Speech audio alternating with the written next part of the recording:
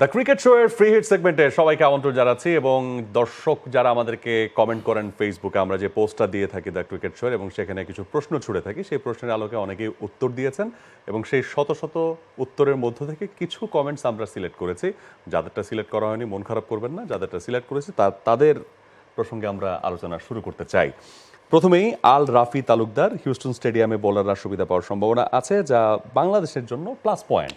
এখানে বোলারদের বলতে আসলে হয়তো তিনি বুঝিয়েছেন যে পেসারদের সুবিধা পাওয়ার সম্ভাবনা আছে, এবং আপনি যদি আমেরিকার সাথে পেস ডিপার্টমেন্টের কম্পেয়ার করেন, নিশ্চিতভাবে বাংলাদেশে এগোনো, স্পিন ডিপার্টমেন্টের কম্পেয়ার করলে ওইখানেও বাংলাদেশে এগোনো। যেহেতু হিউস্টনের উইকেটটা একেবারে নতুন উইকেট, ফ্রেশ উইকেট এবং ড্রপ ইন হওয়ার কথাই আছে, সে কারণেই আসলে বলা হচ্ছে যে পেসাররা একটা বাড়তি সুবিধা পাবে। এবং তাসকিন, শরীফুল, মুস্তাফিজ আছেন, এছাড়া তানজিম সাকিব আছেন। তাসকিন নিশ্চিতভাবে হয়তো এই ম্যাচটা খেলবেন না, সে কারণে আসলে বলা হচ্ছে যে বাংলাদেশ একটা বাড়তি অ্যাডভান্টেজ এই ম্যাচে পেতে যাচ্ছে। এবং পরিসংখ্যান থেকে যদি আপনাদেরকে একটু বলে দেই, তাহলে এই স্টেডিয়ামে এখনো পর্যন্ত সবচেয়ে বেশি উইকেট কিন্তু স্পিনারের। হারমিত সিং এর কথা আমরা বলছিলাম, সেই হারমিত সিং কিন্তু 4 ম্যাচ থেকে 6টা উইকেট তিনি নিয়েছেন, সেটাই হাইয়েস্ট। সো দেখা যাক যে আসলে স্পিন নাকি পেস কোন ডিপার্টমেন্ট রাজত্ব করে, সেখানকার উইকেট আসলে আমরা কাছ থেকে দেখিনি। সো একদম একিউরেট প্রেডিক্ট করাটা টাফ হয়ে যাচ্ছে, বাট স্ট্যাটিস্টিক্স বলছে স্পিনাররা এখানে ভালো অ্যাডভান্টেজ পান, অন্তত হারমিত সিংটা সেটা দেখিয়েছেন। আমরা যদি পরের কমেন্টে চলে যাই, শাকিল তিনি বলেছেন যে ওপেনিংয়ে তানজিম হাসান তামিমের সাথে কাকে দেখতে চান? আপনাদের মতে বাংলাদেশ সুপার ফোরে যাওয়ার সম্ভাবনা কতটুকু? তানজিদ হাসান তামিমের সাথে কাকে দেখতে চান, এই বিষয়ে তো আমরা মূল সুতে আলোচনা করেছি যে লিটন দাসকে যেহেতু লেফট হ্যান্ড রাইট হ্যান্ডের কারণে বাংলাদেশ ভাবছে তাকে প্রথম 3টা ম্যাচে আসলে খেলানো উচিত। আর সুপার ফোরের সম্ভাবনার কথা পুরোটাই আসলে নির্ভর করছে আমার কাছে পার্সোনালি মনে হয় প্রথম ম্যাচটার উপর। 8 তারিখ সাউথ আফ্রিকাকে আপনি হয়তো 4টা ম্যাচের ইকুয়েশন শেষে পরের পর্বে নিশ্চিতভাবেই দেখছেন। 8 তারিখ বাংলাদেশ ডালাসে শ্রীলঙ্কার সাথে যদি জিততে পারে, সেক্ষেত্রে বাংলাদেশের পরের পর্বে যাওয়ার যথেষ্ট সম্ভাবনা আছে, ভালো সম্ভাবনা আছে। হ্যাঁ, আপনি নেপাল বা নেদারল্যান্ডসকে কিন্তু উড়িয়ে দিতে পারেন না। শ্রীলঙ্কাকে হারালেই যে বাংলাদেশ পরের পর্বে চলে যাচ্ছে সেটাও কিন্তু আপনি বলতে পারেন না, তবে তখন অনেক বেশি উজ্জ্বল হবে। আর শ্রীলঙ্কার সাথে হেরে গেলে আমার কাছে মনে হয় মোরালিও আসলে দল খানিকটা পিছিয়ে পড়বে, সম্ভাবনাটা অনেক বেশি বেড়ে যায় আসলে, সেটাই আমরা দেখছি বাংলাদেশের ক্ষেত্রে। সো টেক্সাসের দিকেই সবার আসলে মানে নজর থাকছে যে সেই ম্যাচটা বাংলাদেশ জিতবে 8 তারিখ। মানে ওটাই অনেকটা নকআউট ম্যাচ, ওটাই নকআউট ম্যাচ। কারণ শ্রীলঙ্কাকে হারাতে পারলে নেপাল আর হচ্ছে আপনার নেদারল্যান্ডসের বিপক্ষে আপনি সেই স্বপ্নটা দেখতে পারেন, কিন্তু সাউথ আফ্রিকাকে আপনি হারিয়েই দিবেন, সেই স্ট্রেংথে অন্তত বাংলাদেশ এই মুহূর্তে নেই। পরের কমেন্টে যাই, জাকিয়া সুলতানা নাবিলা তিনি বলেছেন যে প্লিজ ভাই একটু কষ্ট করে আমাদের এই দুটো প্রশ্নের উত্তর দেন। মাঠে খেলা করানোর সম্ভাবনা কতটুকু আছে, করলেও বাংলাদেশের কম্বিনেশনটা কি হতে পারে আপনাদের চোখে? এবার আইপিএল এর শিরোপার দাবিদারকে। আমি দ্বিতীয় প্রশ্নটা আপনার জন্য রাখছি, প্রথম প্রশ্নের উত্তরটা আমি দিয়ে দিই। মাঠে খেলা করানোর সম্ভাবনা কতটুকু, মানে সেই জায়গা থেকে আমরা যদি দেখি ওয়েদার ফোরকাস্ট যতটুকু আমরা দেখেছি, খেলা করানোর সম্ভাবনা খুব ভালো আছে। মানে 21, 23, 25 3 দিনই ওয়েদার ফোরকাস্ট খুব ক্লিয়ার দেখাচ্ছে, এভরিথিং ইজ ওকে দেখাচ্ছে। ফোরকাস্টে থান্ডারস্টর্ম বা রেইন এরকম কোনো কিছুই দেখাচ্ছে না। Temperature around 30, which is really good মানে ক্রিকেট খেলার জন্যে। তো সেটা একদিক থেকে ভালো। আর বাংলাদেশের কম্বিনেশনটা কী হতে পারে সেটা আমরা মূল শোতে যদিও আলোচনা করেছি, বাট ছোট্ট করে যদি বলে দেই যে কম্বিনেশন আসলে বাংলাদেশ 3 জন পেসার 2 জন স্পিনার, এই কম্বিনেশন যেটা ওয়ার্ল্ড কাপে খেলতে চাইবে সেই কম্বিনেশনটা রাখার চেষ্টা করবে। হয়তোবা পার্সন চেঞ্জ হতে পারে।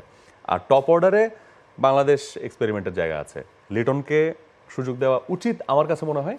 যে লিটন যেহেতু ব্যাট প্যাচের ভিতর দিয়ে যাচ্ছেন, তাকে ফর্মে একটা ফেরানোর চেষ্টা। আর তানজিদ তামিম বা সৌম্য, এখানে আসলে টিম আসলে ডিসাইড করবে যে ঘুরিয়ে ফিরে খেলানো, সেটা একটা বিষয় থাকতে পারে। তার দ্বিতীয় প্রশ্ন ছিল আপনার চোখে এবার আইপিএল এর শিরোপার দাবিদারকে, মানে আমার চোখে নাকি হচ্ছে নাবিল কাসারের চোখে? আর যাই হোক, দুজনের চোখে বলতে গেলে বেশি লেগে যাবে। একজনের কথাই বলে, আমার কাছে পার্সোনালি মনে হয় যে কলকাতা এবং হায়দ্রাবাদ যারা 1 এবং 2 নম্বর পজিশন শেষ করছে, তাদের জন্য যেহেতু ডাবল চান্স আছে ফাইনালে যাওয়ার, তাদের জন্য কাজটা সহজ। অন্যদিকে ব্যাঙ্গালোর এবং রাজস্থান রয়্যালস, তাদেরকে চ্যাম্পিয়ন হতে হলে আপনাকে ব্যাক টু ব্যাক 3টা ম্যাচ জিততে হবে। 14 ম্যাচের গ্রুপ পর্ব শেষে 2 মাস শেষে ওই যে রান আউট অফ ফুয়েল একটা কথা থাকে, 3টা ম্যাচ জেতাটা আসলে খুব ডিফিকাল্ট হতে পারে। That's really true. মানে ওই জায়গাটা থেকে একটা টাফ চ্যালেঞ্জ থাকবে। পরের কমেন্টে আমরা চলে যাই। রায়হান সর্দার তিনি বলছেন রিশাদ কি বিশ্বকাপে ম্যাচ পাবে কি না? রিশাদ বিশ্বকাপে যদি ম্যাচ পায়ও, ইউএসএতে আমার কাছে মনে হয় না ম্যাচ পেতে যাচ্ছে রিশাদ। ইউএসএতে ম্যাচ পাওয়ার চান্সটা মানে আমার কাছে মনে হয় যে শেখ মেহেদিকে নিয়ে হয়তো বা যাবে, তিন পেসারের সঙ্গে শেখ মেহেদি অ্যান্ড উইথ সাকিব আল হাসান। এরপরও যদি লাগে তাহলে মাহমুদুল্লাহ রিয়াদকে দিয়ে 2-1 ওভার যদি লাগে, না লাগলে এই 5। আর উইন্ডিজের যেই অবস্থা উইন্ডিজের যতটুকু আমরা জানি একটু স্পিন ফ্রেন্ডলি উইকেট হয়, যদিও Rishad not a big turner off a ball, Rishad কিন্তু পেস ভেরিয়েশনটাকে ইউজ করেন, এমন না যে হর হামেশা গুগলি দেন সেটাও না, ফ্লিপারটা একটু বেশি তার কাছ থেকে দেখেছি, আর রেগুলার অনেক বেশি টার্নও কিন্তু আসলে দেখিনি। সো আমি কনফিউজড আসলে রিশাদকে কোন জায়গাটাতে খেলানো হবে। যদি বিগ টার্নার অফ এ বল হতো তাহলে বলেই দিতাম যে উইন্ডিজ অবশ্যই তিনি আছেন।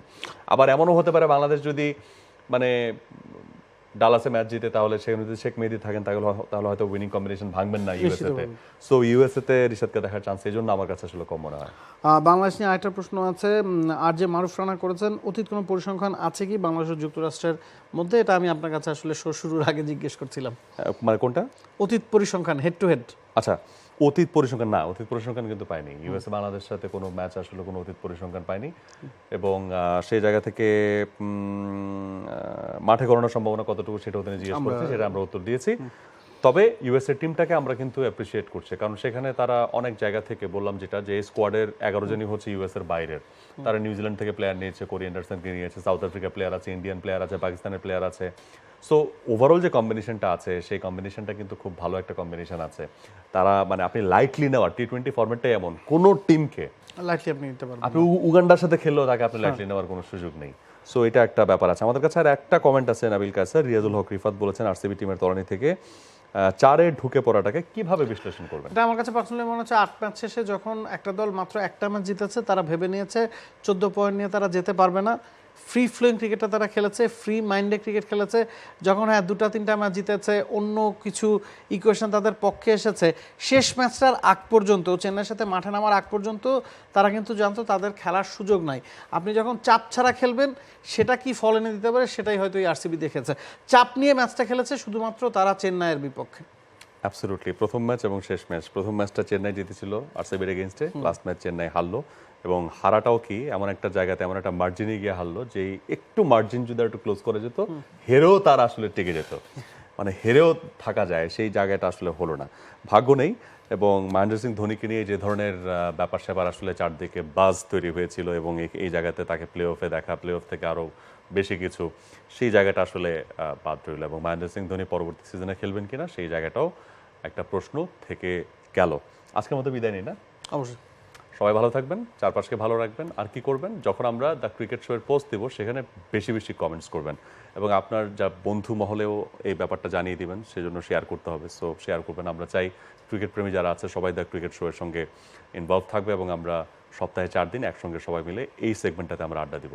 ভালো থাকুন, চারপাশকে ভালো রাখুন। আমরা বিদায় নিচ্ছি, দেখা হবে অন্য কোনো এপিসোডে।